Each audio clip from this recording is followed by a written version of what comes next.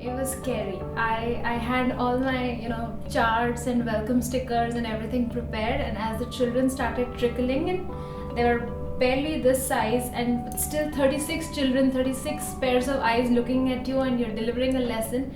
I kept telling myself, this is grade 2. It's all going to be okay. They're not going to beat you up if it doesn't go well. But yeah, it was very overwhelming, and it was a mixture of many emotions when I actually got into that classroom. This was a place where I was going to be for the next 2 years, and I had chosen to be here. So, yeah.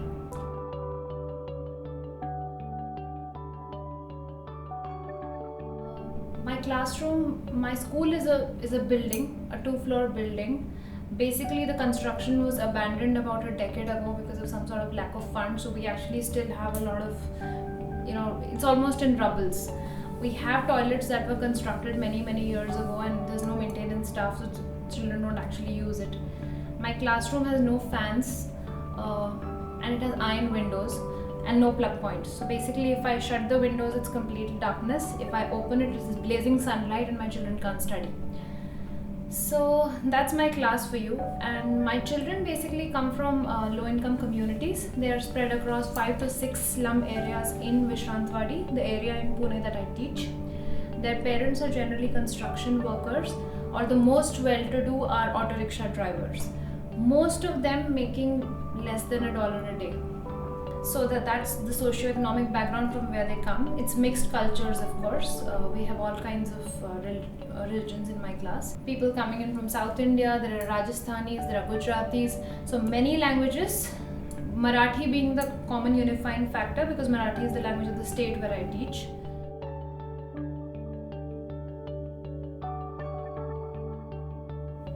English was a language they were studying, reading and writing with no understanding of what they were doing. Like they were copying down sentences, and nobody actually realized up until now that these children could not read. The idea of looking down at a textbook, putting alphabets together and sounding out a word was alien to them. And they started with reading fluency levels of 0. I was shocked that at grade 2 level, if a child cannot read a word like to, TO2 or ON on or IN in. So the initial 2 months of the fellowship were, even now talking about it, it was very overwhelming. That where do I start with these children?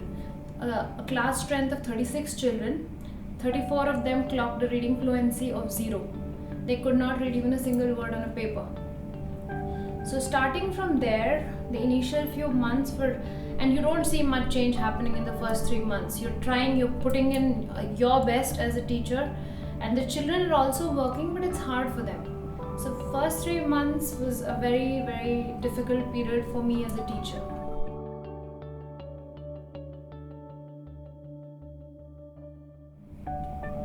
Basically, I think when you decide to do something like this, I've stayed in India all my life. I've been educated across India. I know that the slums exist. I know that these children never get the educational opportunities or many other opportunities in life. But still being in that place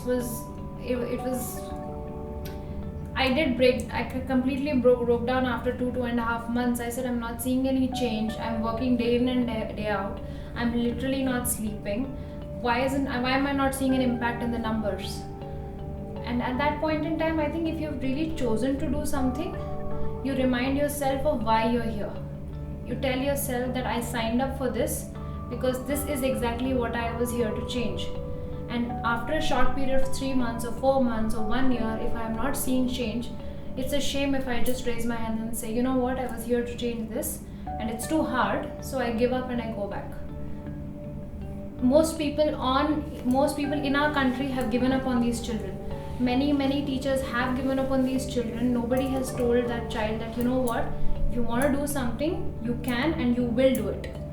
That's all these children need. And that's what I've realized after 1 year of teaching. That child does not need very complex explanations or algorithms. He just needs you to tell him that, you know what, I believe that you can do it. And if you just tell a child that, the wonderful thing that it does to his learning process, is what you should see at the end of the year.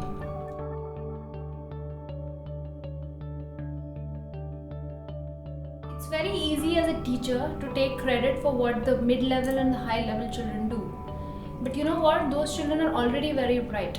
With or without a teacher, they will still manage to learn, they will still manage to excel and probably become something in life.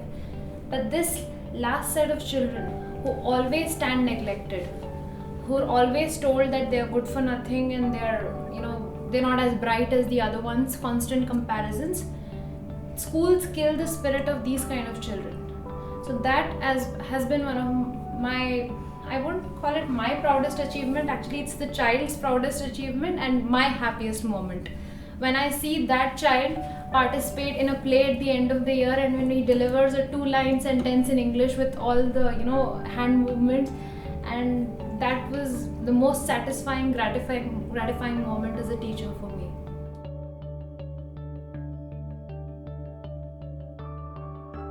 I tell them that it's not an easy ride. If you're looking for something simple, something that will come onto the platter, this is not the place. When you take up this fellowship, from the get-go, you'll have a lot of opinions, a lot of valid concerns from parents, from your friends, but it's like an uphill climb. Once you're climbing, you're tired, you come down, you don't realize when you stand back and you see what you've climbed and come down. It's a very fulfilling, gratifying moment. So every minute through this fellowship experience, you're going to tell yourself every day, it's not working, why am I doing this? And every little victory in that classroom will keep you going through these 2 years. So if you're up for a challenge, this is the place to do it.